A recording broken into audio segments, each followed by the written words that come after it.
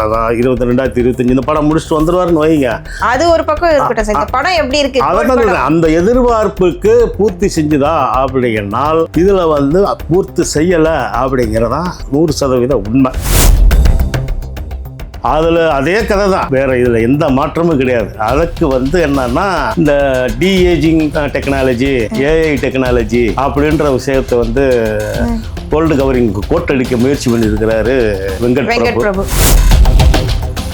விஜயகாந்த் அப்படி ஒரு விஞ்ஞானியா விஜயகாந்தை காட்டுறன்னு சொல்லி அவர் ஒரு விஞ்ஞானியா வருவார். அந்த யுரேனியத்தை கடத்திட்டு போவாங்க அந்த தீவிரவாத கும்பல். அந்த யுரேனியத்தை செக் பண்ணுறதுக்காக ஒரு விஞ்ஞானி வருவார். அது உண்மையா போலியா?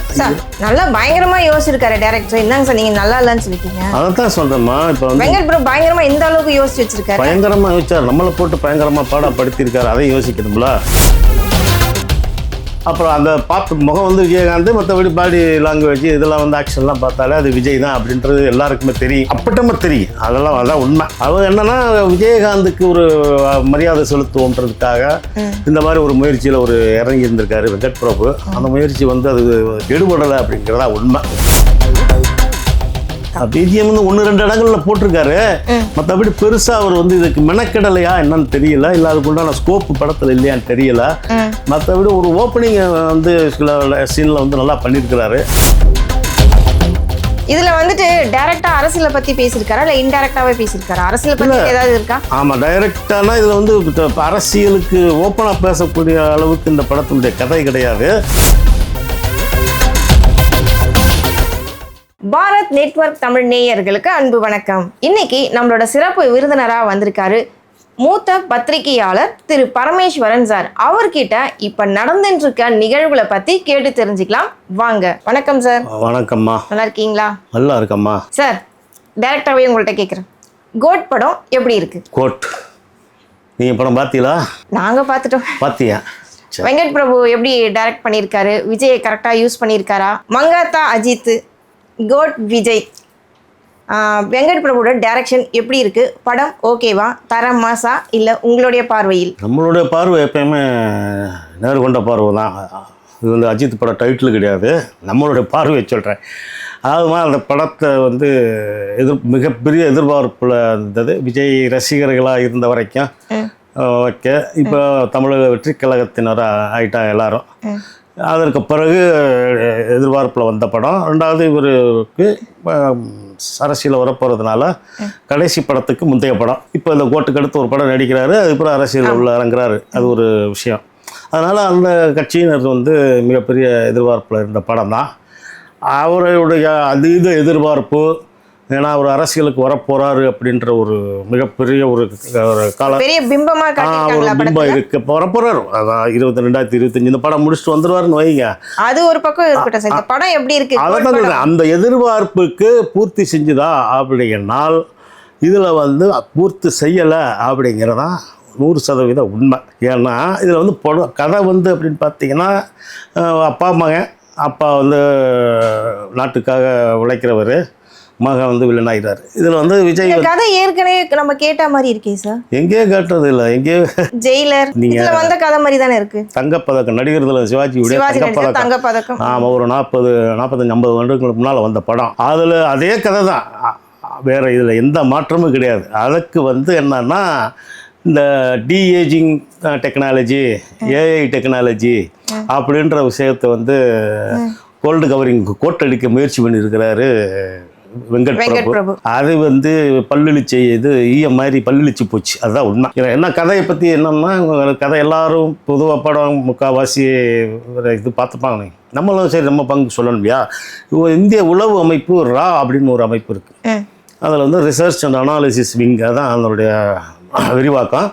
அந்த ரா அமைப்பில் தீவிரவாத ஒழிப்பு சிறப்பு ஒழிப்பு படைன்னு ஒரு படைப்பிரிவு இருக்குது. அதாவது special anti terrorism squad, shorts அப்படின்னு. அதனால் அந்த படைப்பிரிவில் இருக்கிறவர் விஜய். அவர் பேர் காந்தி, கேரக்டர் பேர்.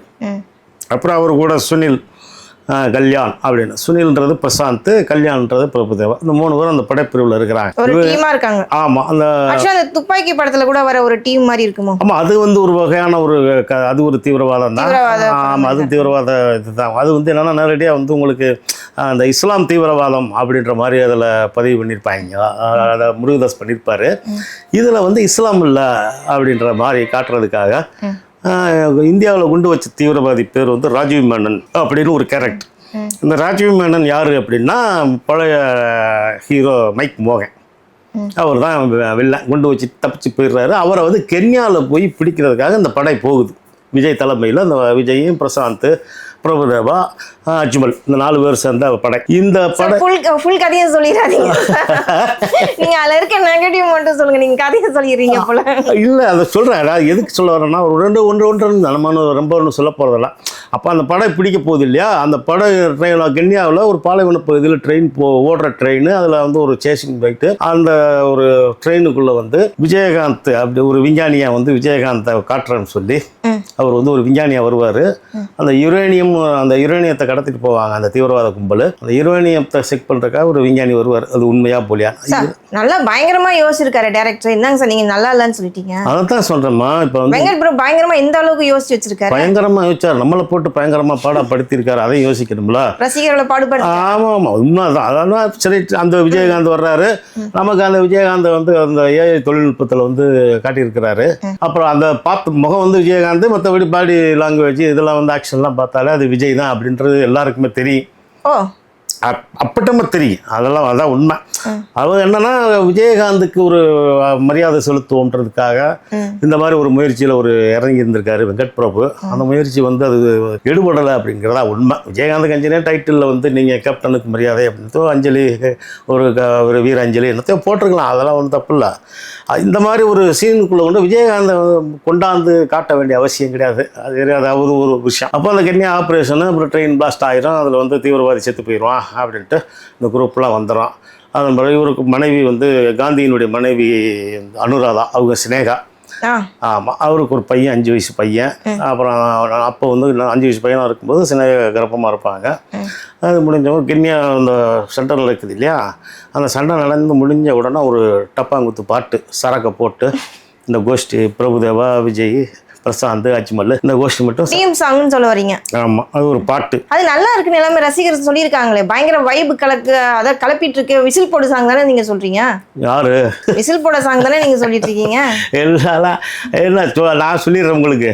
இப்போ எனக்கு முடிஞ்சு. இப்போ அதுக்கு பிறகு ஒரு கென்யா போயிட்டு டப்பாங்குத்து பாட்டு, அதுக்கப்புறம் ஒரு சென்டிமெண்ட் சீனு, சினேகா, பிரசாந்த், பிரபுதேவா, விஜய் இவ்வளோ வச்சு ஒரு சென்டிமெண்ட்டு, ஒரு இது. அதுக்கு பிறகு ஒரு ஃபைட்டு முடிஞ்சா. அதுக்கு பிறகு ஒரு சென்டிமெண்ட்டு, ஒரு சாங்கு, ஒரு ஃபைட். ஆமாம், ஒரு ஃபைட்டு. இது ஒரு 1/2 மணி நேரம் ஓடும்.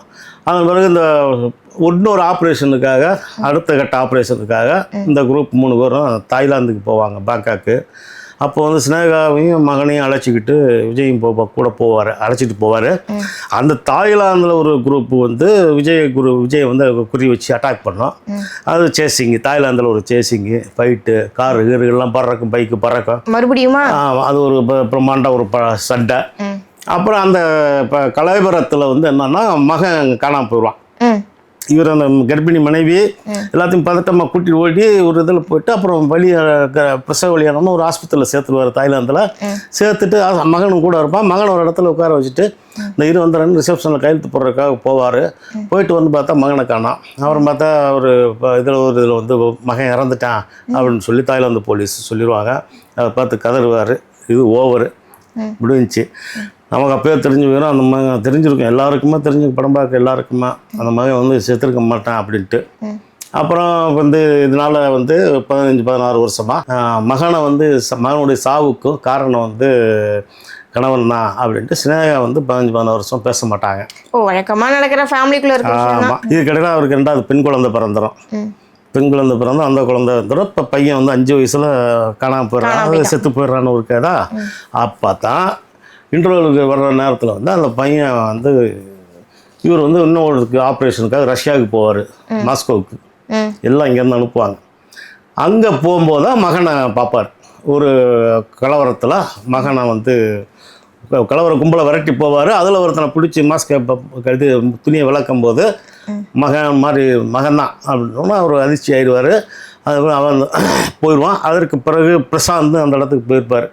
அப்போ அதன் பிறகு இன்னொரு இடத்துல அதே இதில் சந்தர்ப்பத்தில் மகனை சந்தித்து பேசி அப்பனும் மகனும் வந்து அப்போ நம்ம மகன் தான் அப்போ கன்ஃபார்ம் ஆயிரும். அப்பனும் மகனும் பேசிக்கிட்டு இருக்கும்போது குபீர்னு இங்கேருந்து நாலாபக்கத்துலேருந்து துப்பாக்கி வச்சு டம்பு டிப்பு பாய். அப்புறம் மாஸ்கோவினுடைய சவுண்ட் எஃபெக்ட்லாம் பயங்கரமாக இருக்காது. மாஸ்கோவோட ஸ்ட்ரீட்டில் வந்து ரேசிங்கு, பைக்கில் ரேசிங்கு, அப்புறம் அங்கே ஒரு 4-5 காரு பறக்கும், டம்மு டிம்முன்னு ஒட்டக்கம்.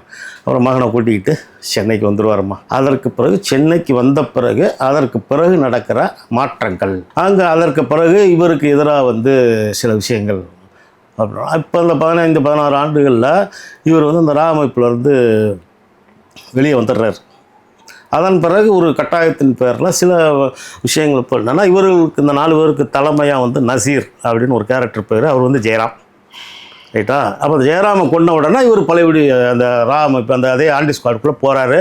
அதுக்கு பிறகு தன்னுடைய மகனே வந்து தீவிரவாத கும்பலோட தொடர்பு அப்படின்னு பார்த்தா அதோடைய கனெக்ஷன் வந்து ராஜீவ் மேனன் வந்து அந்த கென்யாவில் மோகன் அந்த கேரக்டரு உயிர் வளைச்சு இந்த பையனை வந்து தாய்லாந்துலேருந்து கடத்திட்டு போய் இவனை வந்து அப்பனுக்கு எதிராக வளர்த்து குடும்பத்தை அழிக்கிறதாமா கதை. ஜெயிலர் படத்துல வரா மாதிரி இருக்கு. இதேதான் தங்கப்பதக்கம் படத்துல வரா மாதிரியும். ஆமா, அதேதான். ஜெயிலர்ல வந்து அப்பா வந்துட்டு மகனை பழி வாங்குறது, மகன் வந்து அப்பாவை பழி வாங்குறது, அரைச்சமாவே அரைச்சிருக்காரு வெங்கட் பிரபு இல்லையா? ஜெயிலர்ல வந்து உங்களுக்கு கிளைமேக்ஸ்ல வந்து ரஜினி கண்டுபிடிப்பாரு மகன் அந்த வசந்த் ரவியா. கிளைமேக்ஸ்ல வந்து துப்பாக்கி சொல்றார். தங்கப்பதக்கத்தில் வந்து பார்த்தீங்கன்னா அவர் நடிகர் தொழில் பையன் நடித்தவர் வந்து ஸ்ரீகாந்த், கேரக்டர் பேர் ஜெயன். அவர் வந்து அப்போ வந்து உங்களுக்கு சமூக விரோதிகள், கொள்ளை கூட்டம், கொள்ளை கோஷ்டி இதனுடைய தொடர்பு அப்படின்ற மாதிரி அப்போ உள்ள கதை ஒரு 45-50 வருஷத்துக்கு முன்னால். சரி, அதெல்லாம் விடுங்க. விஜய் எப்படி நடிச்சிருக்காரு அதை சொல்லுங்க. விஜய் வந்து விஜயனுடைய பெர்ஃபார்மன்ஸ்ன்னு பார்த்தீங்கன்னா அதில் வந்து நம்ம குறையெல்லாம் சொல்கிறதுக்கு இல்லை.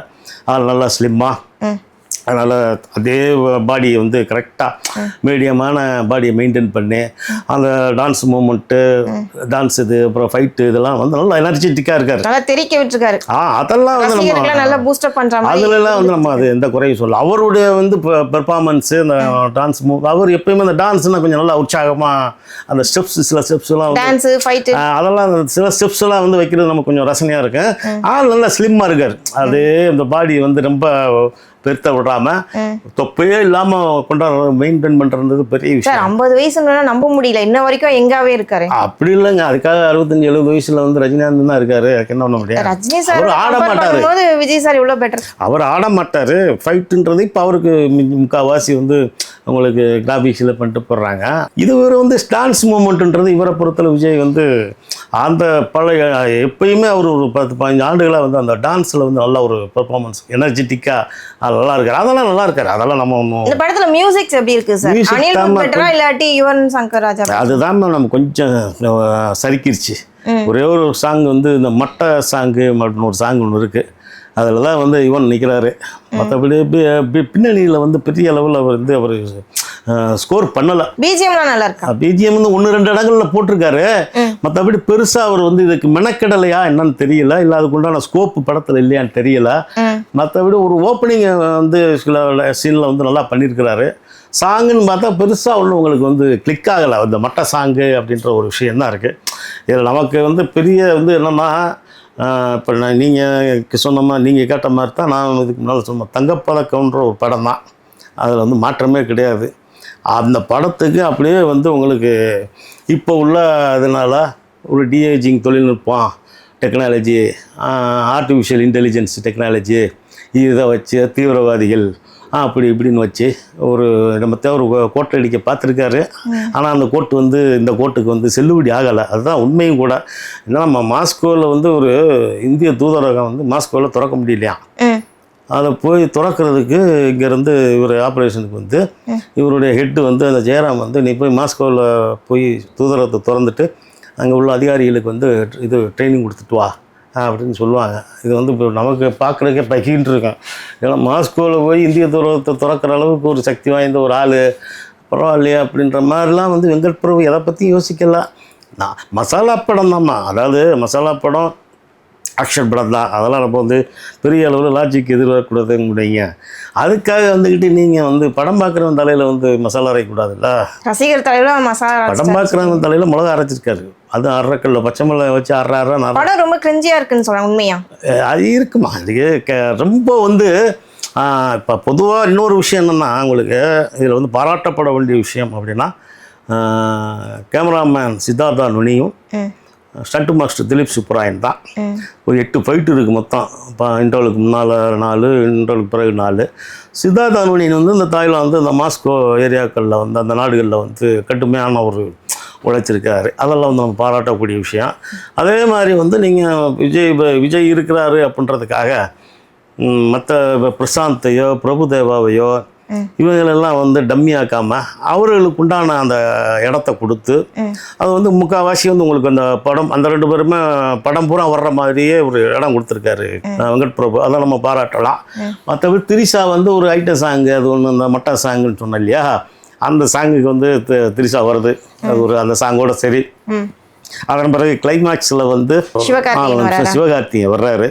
அது ஒரு விஷயம். அதனால் நமக்கு வந்து ஒரு சராசரி சினிமா ரசிகன் அப்படின்னா சராசரி இப்போ நம்ம வந்து ரொம்ப அதிதீவிரமான நம்ம இது கிடையாது. ஓரளவு நார்மலான சினிமா தான் பார்ப்போம். நம்ம வந்து ரொம்ப அப்நார்மலான ஆளு கிடையாது. இதுல வந்துட்டு டைரக்டா அரசியலை பத்தி பேசியிருக்காரா இல்ல இன்டைரக்டாவே பேசியிருக்காரா? அரசியலை பத்தி ஏதாவது இருக்கா? ஆமா, டைரக்டானா இதுல வந்து அரசியலுக்கு ஓப்பனா பேசக்கூடிய அளவுக்கு இந்த படத்தினுடைய கதை கிடையாது. இருந்தாலும் அவர் வந்து விஜய் பயன்படுத்துற கார் அந்த படத்துல வந்து சிஎம் 2026 அப்படின்ற ஒரு கார் நம்பர் பிளேட் இருக்கு.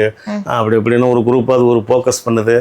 அதன் பிறகு படத்தில் வந்து காந்தி அப்படின்னு ஒரு பேர், நான் வந்து ரிட்டையர்ட் ஆகிட்டேன்னு நினைக்கிறீங்களா அப்படின்னு விஜய் ஒரு இடத்துல கேட்பாரு. அதுக்கு வைச்சி மகேந்திரன் வந்து ஒரு பதில் சொல்லுவார், வயசானாலும் சிங்கம் தான் அப்படி மாதிரி. அது மாதிரி அது விஜய்க்கு வந்து அப்படியே விசுற வேலைகள்லாம் இருக்கு. அதெல்லாம் வந்து அப்பப்போ இருக்கும். ஆனால் முழுமையான அரசியலுக்கு அந்த மாதிரி வேற ஒன்றும் பெரிய அளவில் பஞ்சி டைலாக்கு அந்த மாதிரிலாம் கிடையாது. நமக்கு பொறுத்தளவு என்னன்னா இது வந்து விஜயினுடைய அதிதீவிர ரசிகர்களுக்குத்தான் வந்து இது பயன்படும் இல்லையா. பெண்கள், இந்த குழந்தைகள், நடுத்தர வயதினர் வந்து அவ்வளோ ஈர்ப்பாக வந்து தேட்டருக்குள்ளே போகிறதுக்கு உண்டான அம்சம் கிடையாது, எந்த சாராம்சமும் கிடையாது. இதில் வந்து தன்னுடைய மற்ற விஷயங்களை மறைக்கிறதுக்காக கதையினுடைய பலகீனம், திரைக்கதையினுடைய பலகீனம் இதெல்லாம் மறைக்கிறதுக்காக அந்த 3 மணி நேரம் படம் 3 மணி நேரம்ன்றது கூட அதிகம். 3 மணி நேரத்துக்கு 1 நிமிஷம் தான் கம்மி. அதனால் இதெல்லாம் மறைக்கிறதுக்காக என்ன பண்ணுறாரு வெங்கட் பிரபு, ஓப்பனிங்கில் வந்து விஜயகாந்த், கிளைமேக்ஸில் வந்து சிவகார்த்திகேயன், இதெல்லாம் காமிக்க வேண்டிய அவசியம் இல்லைல்ல. இந்த கதைக்கு எதுக்கு? கதை வந்து வலுவாக இருக்குது, திரைக்கதை வந்து ஸ்ட்ராங்காக போயிட்டு இருக்கு அப்படின்னா இந்த மாதிரி விஷயங்கள்லாம் கூப்பிட்டு அதை காட்டி இதை வந்து மறைக்க வேண்டியதுன்னா இதெல்லாம் தேவையில்லாத விஷயம். ஓவரால் இந்த படத்துக்கு எவ்வளோ மார்க்ஸ் கொடுப்பீங்க? அது என்ன நமக்கு சொல்லுங்க, இவ்வளோ தூரம் சொல்லிட்டீங்க, எவ்வளோ கொடுக்கலாம்? ஓவரால் என்ன இருக்குது இப்போ படத்தை பொறுத்தளவு இந்த 4 நாள்ன்றது நல்ல விஷயமா. நல்லா 4 நாளைக்கு ஃபுல்லாக ஆயிடுச்சு. ஏற்கனவே வந்து அவங்க அந்த கட்சிக்காரங்களே டிக்கெட்டு வாங்கி வச்ச டிக்கெட்டு தானே அது. அதனால் மக்கள் அப்படின்றது பார்த்திங்கன்னா நீங்கள் சனி நாளைக்கு பிள்ளையார் சேர்த்து அதன் பிறகு இப்போ எப்படி படத்துடையது ஸ்லோவாக ஆகும்னு நம்பிக்கை. திங்களுக்கு பிறகு கொஞ்சம் குறைஞ்சிடும், அவ்வளோதான். வேற ஒன்று பார்க்கலாம் சார். நீங்கள் நிறைய விஷயங்கள் எங்கள்கிட்ட சொல்லியிருக்கீங்க. லீவு நாள்லாம் முடிஞ்ச பிறகு எப்படி இருக்குது இந்த படத்தோடைய ரிவ்யூன்னு பார்க்கலாம். ரொம்ப நன்றி சார். ரொம்ப நன்றிமா.